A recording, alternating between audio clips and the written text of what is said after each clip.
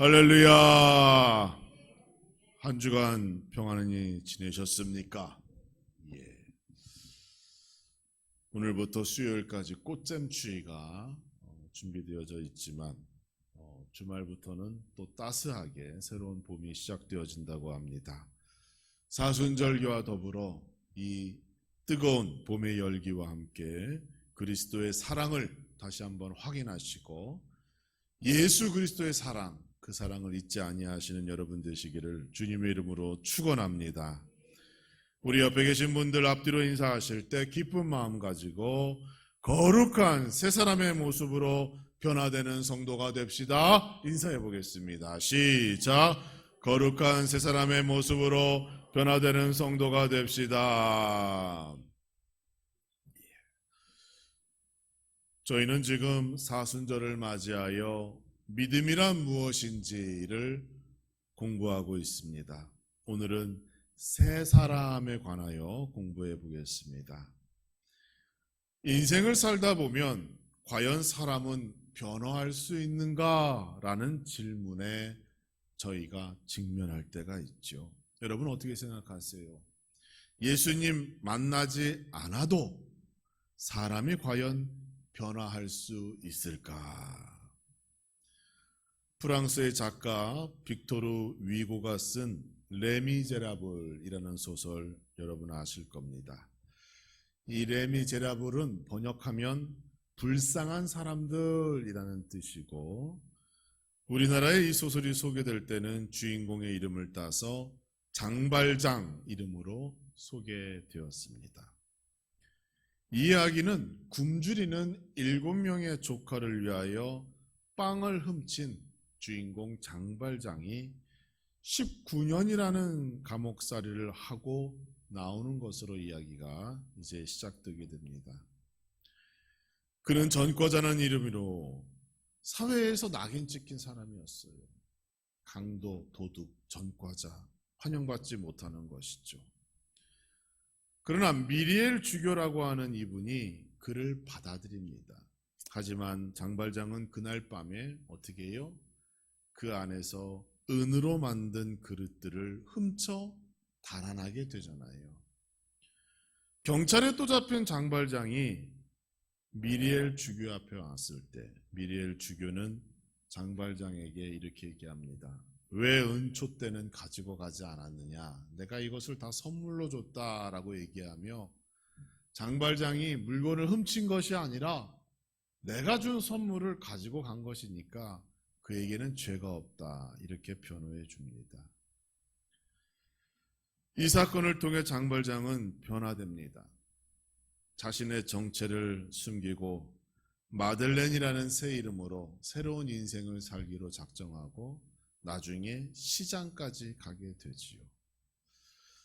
이 소설을 읽으며 우리는 궁금해집니다. 인간은 과연 변화할 수 있는가? 변화한다면 무엇이 인간을 변화하게 하는가? 사실 이 소설 안에는 장발장 말고도 다양한 사연을 지닌 사람들이 등장합니다.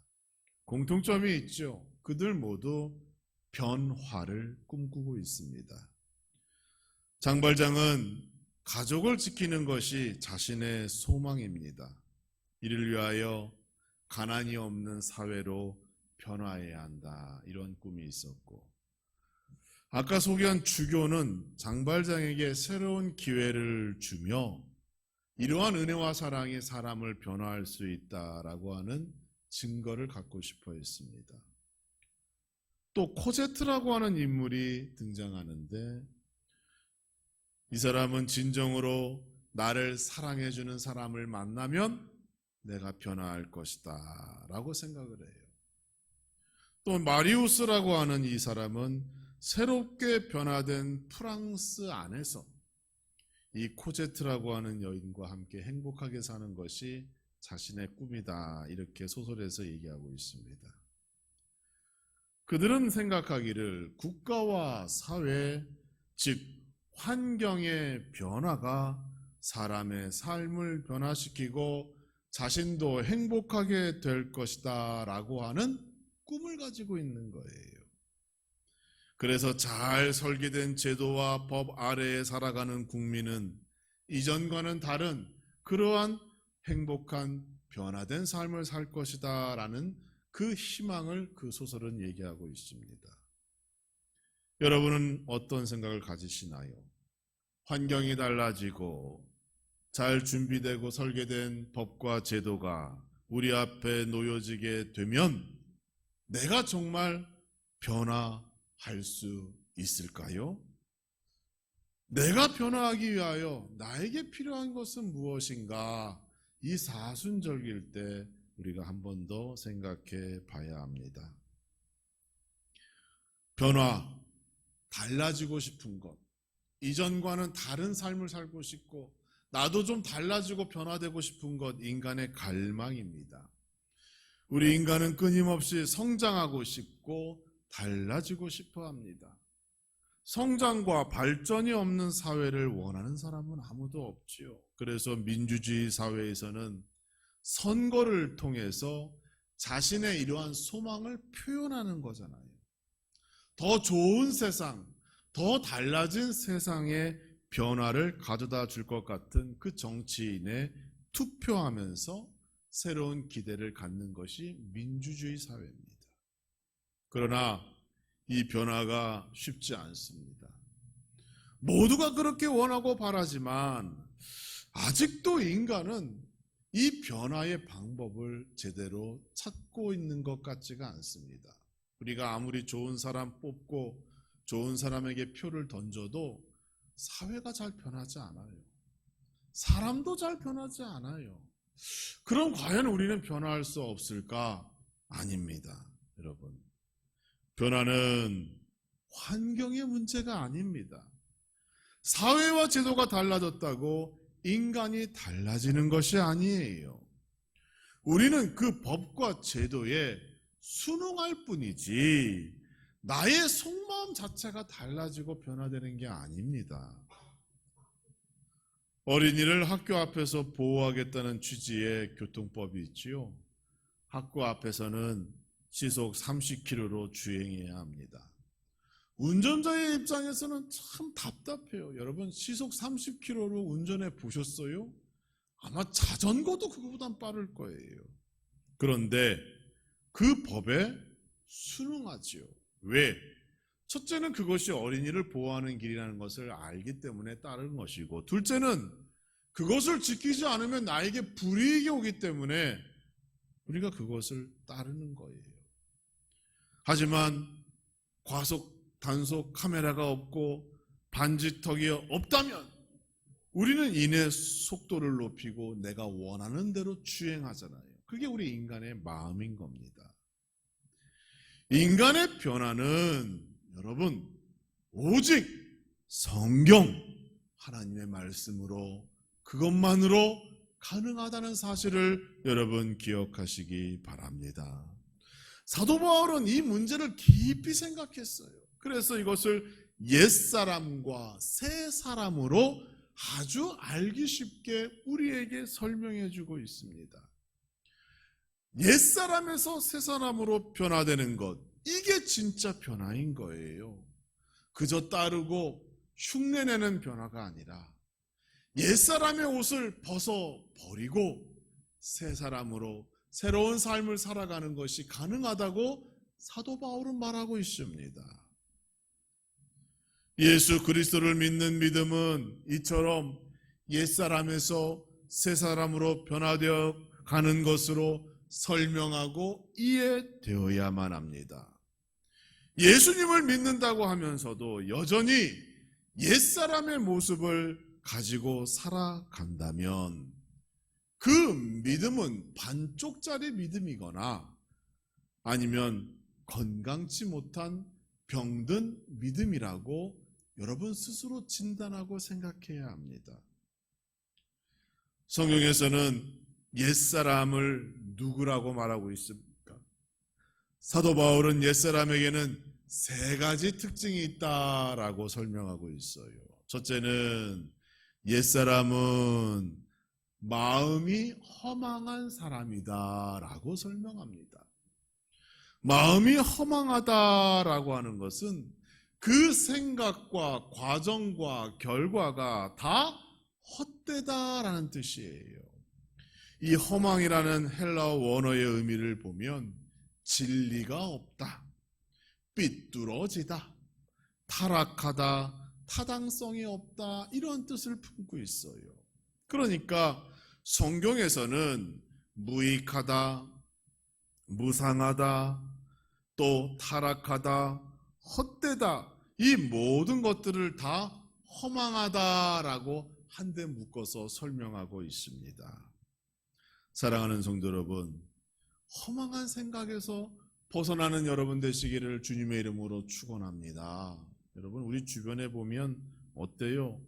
자꾸 이렇게 뜬구름 잡는 얘기만 하고 그것이 마치 자기의 꿈인 것 마냥 그것만을 쫓아가며 자기의 삶을 허비하는 사람들이 많잖아요. 그게 다 허망한 겁니다. 둘째로 옛사람은 총명이 어두워진 사람이다 라고 설명합니다. 총명이 어둡다라는 것을 여러분 미련하다라고 이해하시면 안 돼요. 믿음이 없는 사람들 가운데도 지혜로운 사람이 많습니다. 우리보다 똑똑한 사람 많아요. 그러나 그들에게는 한 가지 없는 게 있습니다. 바로 하나님을 아는 지식이 그들에게 없어요. 그게 가장 큰 문제죠. 어느 날 밤 예수님을 찾아온 니고데모라는 청년, 여러분 기억하시기 바랍니다. 그는 젊고 유능한 유대 사회의 말 그대로 성공 가도를 달리는 그러한 청년이었어요. 부족함이 없었습니다. 사람들로부터 인정과 칭찬과 존경도 받고 있었고 나름대로 재물도 많이 있었고 사회적으로 높은 지위에 있던 그런 사람이에요. 율법도 잘 지켰어요.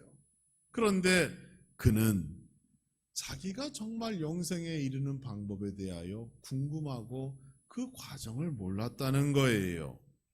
영적 분별력이 그에게 없었고 하나님의 뜻을 몰랐습니다. 그래서 예수님께서 거듭나야 한다라고 말씀할 때에 그렇게 똑똑한 사람이 거듭남의 뜻을 몰랐다는 거예요. 그래서 어떻게 내가 다 컸는데 엄마의 뱃속에 들어갔다 또 나와야 됩니까? 이런 엉뚱한 얘기를 하는 겁니다. 얼마나 미련하고 어리석어요. 이런 사람이 총명이 어두워진 사람, 옛사람이라는 것입니다. 또 사도 바울은 옛사람은 하나님의 생명에서 떠난 사람이다 라고 정의합니다. 하나님의 생명에서 떠난 사람, 죽음이라는 고난과 싸우는 절망 가운데 있는 옛사람의 공통적인 모습이에요. 그래서 옛사람은 죽음을 두려워해요. 죽음 이후에 어떻게 될지 불확실하기 때문에 그래서 자기가 자꾸 두려워하고 그 죽음을 피하려고 하는 겁니다. 영적으로 이미 죽어있는 상태이기 때문에 그 어떤 변화도 기대할 수 없습니다. 영적으로 죽음을 맞이하면 살아있는 동안에 자기가 이룬 성공은 사실 아무 의미가 없는 거예요. 여러분, 부자와 나사로 꼭 기억하세요. 얼마나 쉽고 이해가 빠른 예수님의 말씀입니까? 좋은 명품 옷을 입고 날마다 자기를 위하여 잔치를 베풀고 자기가 벌어놓은 재산이 많아서 이 재산을 어떻게 보존할까? 아하, 창고를 더 크게 지어야겠다. 자기의 모든 것을 거기에 올인하였어요. 투자했죠. 그런데 그것도 모르는 게 있었어요. 그날 밤에 하나님께서 그의 생명을 가져가시면 자기의 남은 인생, 남은 삶 가진 것이 어떻게 되는지 자기가 알지 못했다는 겁니다. 그래서 사도 바울은 본문 19절에서 이렇게 말합니다. 그들이 감각 없는 자가 되어 자신을 방탕에 방임하여 모든 더러운 것을 욕심으로 행하되, 이것이 옛사람의 모습이에요. 영적으로 죽어 있기 때문에 아무 감각이 없는 거예요. 죄를 지어도 그게 죄인 줄 모릅니다. 죄를 지어도 그 죄의 결과를 부정하는 거예요. 자신의 생각과 욕심대로 본능적으로만 살아갑니다. 디모데전서 4장 2절에서는 이렇게 얘기하지요. 자기 양심이 화인 맞아서 외식함으로 거짓말하는 자들이라. 양심의 화인을 맞았어요. 모든 행위와 말과 행동이 다 외식적이고 그것이 거짓말인지도 몰라요. 그것이 바로 옛사람의 모습입니다. 사랑하는 성도 여러분, 사도 바울에 의하면 여러분은 이미 예수 그리스도로 말미암아 구원의 복을 받으셨기 때문에 옛사람이 아니에요. 얼마나 감사합니까? 예수님 믿는다는 것이 얼마나 이처럼 복된 일인가요? 오늘 본문 20절의 말씀을 봅니다. 오직 너희는 그리스도를 그같이 배우지 아니하였느니라 라고 말씀했어요. 진리가 예수 안에 있기 때문에 우리는 예수님으로부터 무엇이 진리인지 우리는 영적 분별력이 있고 배웠습니다. 무엇이 옛사람의 모습인지를 알았어요. 그러나 여전히 우리 주변에는 심지어 우리의 가족들 가운데서도 이러한 변화없는 삶, 절망 가운데 있는 삶, 영적으로 죽어있는 옛사람의 모습으로 살아가는 그러한 사람들이 많다는 겁니다. 여러분은 이미 새 사람이 되었지만 그래서 우리는 여전히 해야 할 일이 있는 겁니다. 이것이 우리의 사명이에요. 오늘 본문에서 말씀하는 새 사람은 어떤 사람인가요?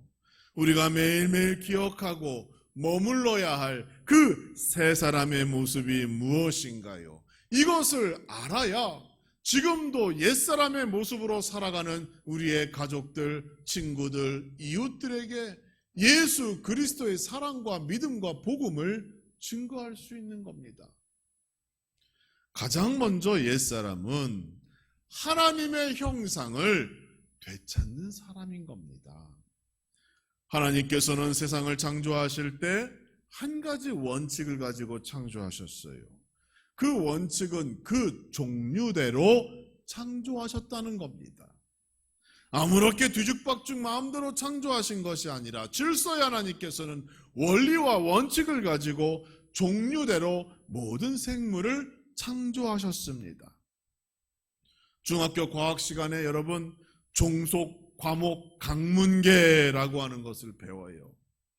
모든 생물은 여기에 속해져 있어요. 종이 무엇이고 어디에 속하져 있고 뭐 이런 것들이 쭉 되어져 있잖아요. 불행하게도 이것을 현대과학은 진화론의 어떤 근거로 사용하고 있지만 그렇지 않습니다.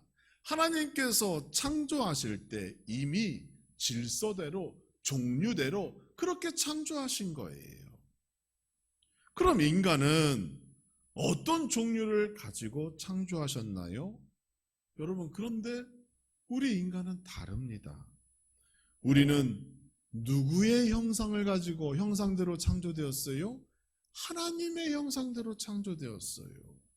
그래서 우리는 다른 생물과 다른 너무도 가치 있고 존귀하고 하나님의 사랑을 받은 존재인 겁니다.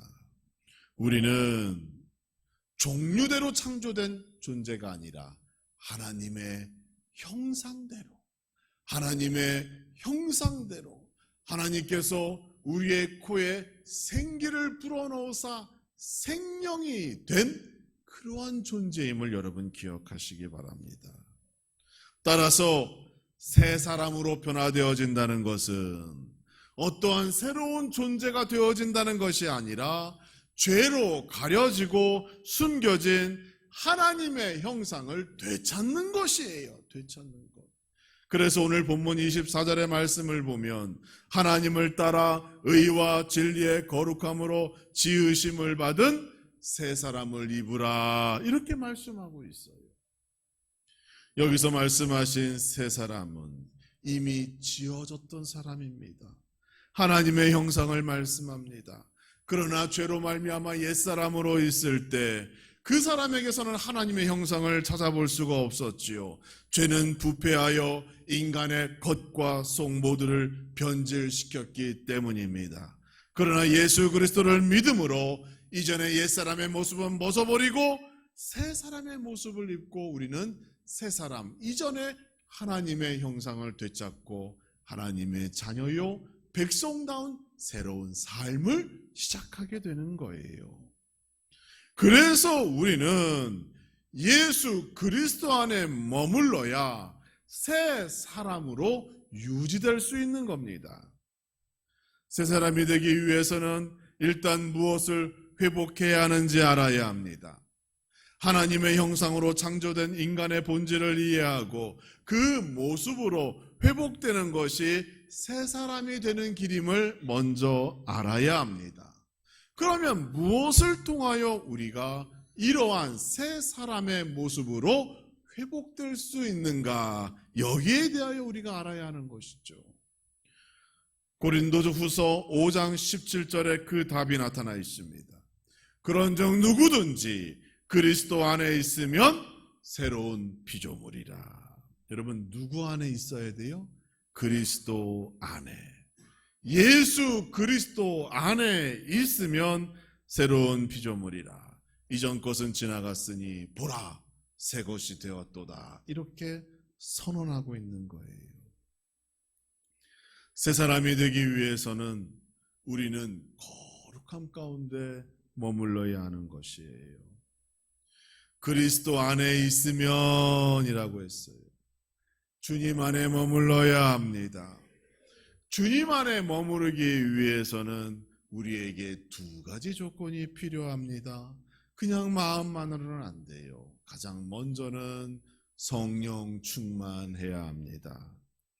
예수님께서 부활 후 승천하실 때 제자들에게 약속하신 것이 있습니다. 사도행전 1장 5절을 보면 요한은 물로 세례를 베풀었으나 너희는 몇 날이 못되어 성령으로 세례를 받으리라 라고 약속하셨어요. 그리고 이 말씀을 하신 후 사도행전 2장 2절과 3절을 보면 드디어 오순절 그날에 다락방에 모여 기도하는 그들에게 성령이 임하게 됩니다. 호련히 하늘로부터 급하고 강한 바람 같은 소리가 있어 그들이 앉은 온 집에 가득하며 마치 불의 혀처럼 갈라지는 것들이 그들에게 보여 각 사람 위에 하나씩 임하여 있더니 성령이 제자들에게 각각 하나씩 임하게 되었어요. 성령의 역사가 나타났어요. 예수님이 말씀하신 대로 되었어요.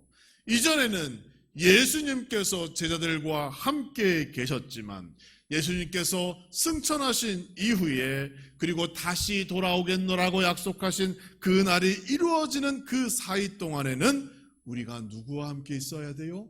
성령님과 함께 있어야 하는 거예요. 새로운 성령 시대가 열리게 되었어요. 그래서 예수님 안에 머문다는 것은 곧 내가 날마다 성령 충만하다라는 것과 같은 의미인 거예요. 또 우리는 교회가 예수님의 몸인 것을 믿어야 합니다. 에베소서 1장 23절을 보면 교회는 그의 몸이니 만물 안에서 만물을 충만하게 하시는 이의 충만함이니라 라고 말씀하고 있어요. 내가 주 안에 산다는 것은 첫째는 성령 충만하다는 것이고 둘째는 교회 중심의 삶, 교회가 무엇인지 알고 교회 안에 머무는 것이 곧 주 안에서 살아가는 길이라고 우리에게 말씀하고 있습니다. 교회는 예수님의 몸입니다. 교회 안에 머무는 삶이 곧 예수 안에 살아가는 길인 줄 믿으시기 바랍니다. 교회를 떠나 있으며 어떻게 주 안에서 살아간다라고 말할 수 있을까요? 새 사람이 되기 위해서 우리는 이와 같이 성령 충만하고 더불어 교회 안에서 교회에 순종하고 교회 안에서 교회에 충성하며 그 선포되는 말씀을 믿고 의지하는 삶, 그러한 삶이 우리에게 필요하다는 것을 여러분 명심하시기 바랍니다. 사랑하는 성도 여러분, 예수님을 믿는다는 것은 나도 이제 새로운 변화가 시작되었다라는 것을 의미합니다. 내가 깨닫고 있지 못할 뿐이지 이미 여러분께서 예수님을 만나는 그 순간부터 여러분의 삶은 새 사람으로 새로운 변화의 역사가 시작되어진 줄 믿으시기 바랍니다. 영적으로 옛사람의 모습으로 새 사람으로 변화되었습니다. 하나님의 형상을 완전하게 되찾는 그 여정은 멀고 힘든 일이지만 우리는 끝까지 이러한 믿음의 경주를 완주해야만 합니다. 새 사람으로 온전하게 변화되어 천국에 들어가는 그날까지 우리는 예수 그리스도 안에 머물기 위하여 날마다 성령 충만해야 하는 것이고 날마다 성전 중심, 교회 중심의 삶을 살아가 나의 믿음이 좌로나 우로나 흔들리지 아니하고 세상의 그 어떤 유혹과 시험에 오염되지 아니하고 그러한 성결한 믿음 가지고 주님 오시는 그날까지 교회를 지키고 가정을 지키고 그리고 내 자신을 지켜나가는 여러분 되시기를 주님의 이름으로 축원합니다. 사순절 기간 동안 여러분은 옛사람의 모습으로 살아가는 가족과 이웃을 위하여 더욱 기도하시고 그들에게 예수 그리스도의 사랑을 증거하시고 함께 더불어 날마다 그 심령이 새롭게 변화되어지는 놀라운 역사가 여러분의 가정과 교회에 나타나기를 주님의 이름으로 축원합니다.